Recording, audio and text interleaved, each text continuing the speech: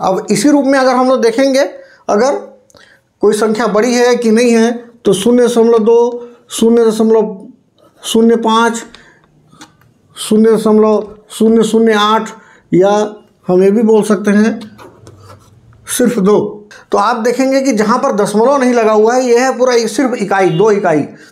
ये है, ये चूंकि ये इकाई है 0, तो ये इकाई अगर 0 हो गई है तो वो इससे छोटी हो गई।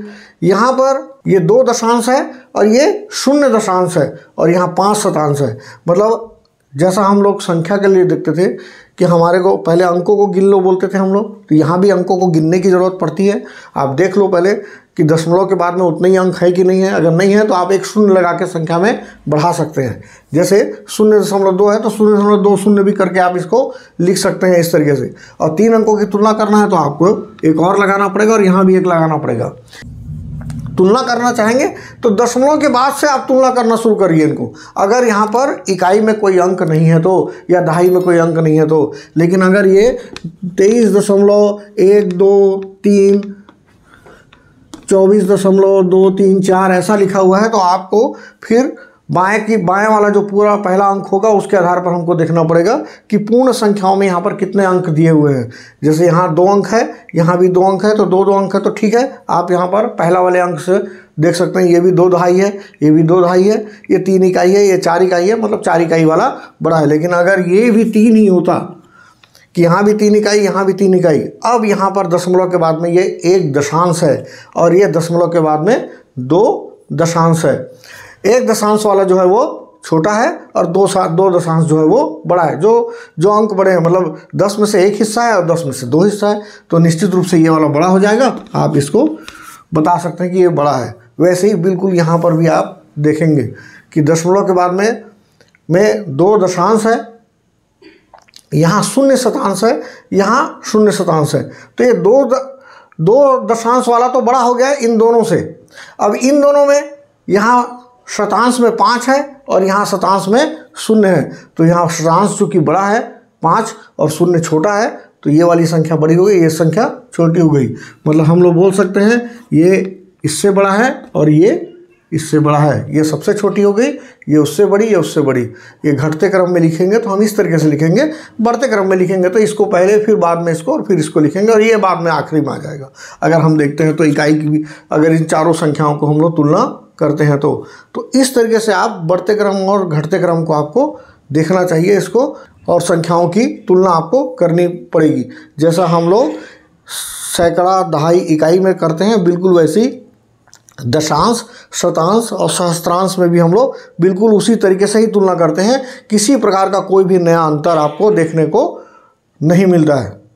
तो ये संख्याओं का था। हमारे 5वीं की पुस्तक में कुछ संख्या बढ़ते क्रम के सवाल हैं, एक बार उनको देख लेते हैं एक बार और उनको बनाने की कोशिश करके देखते हैं, है ना। बना के दिखाता हूँ और आप भी उसको बच्चों को बताने में आपको भी आसानी होगी यदि कहीं कोई कष्ट हो रहा होगा तो।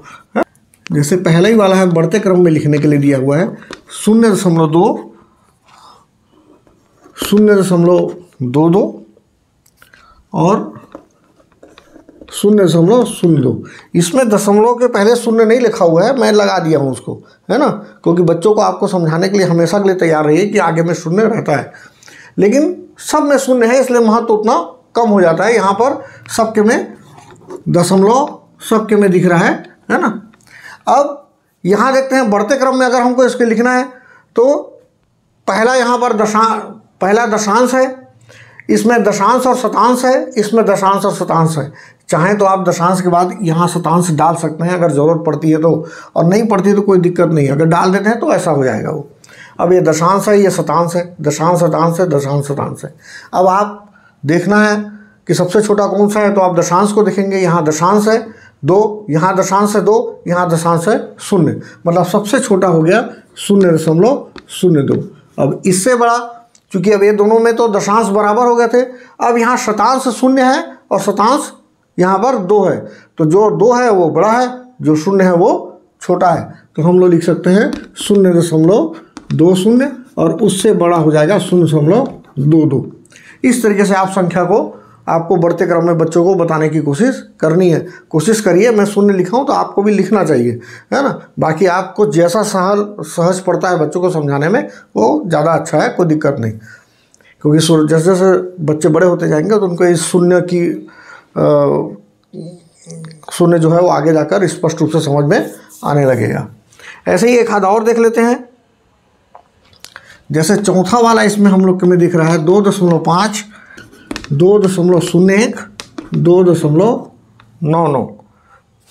अब यहाँ देखते हैं हम लोग, अब दशमलव, यहाँ तो दशमलव के पहले कोई संख्या नहीं थी इसलिए आपको बताने की ज़रूरत नहीं थी, लेकिन यहाँ दशमलव के पहले अब एक संख्या है जो इकाई है। यहाँ भी दशमलव के पहले इकाई है और यहाँ भी दशमलव के पहले इकाई है ना। इकाई का अंक दिया हुआ है तो इकाई का अंक यहाँ भी 2 है, यहाँ भी 2 है, यहाँ भी 2 है, कोई फर्क नहीं पड़ेगा, सब सारी संख्याएं बराबर दिख रही है अब इकाई के अनुसार। लेकिन अब आपको दशांश के ऊपर में आना है तो यहाँ पर एक ही संख्या है, यहाँ 2 है, यहाँ 2 है, यहाँ भी हम लोग इसको 2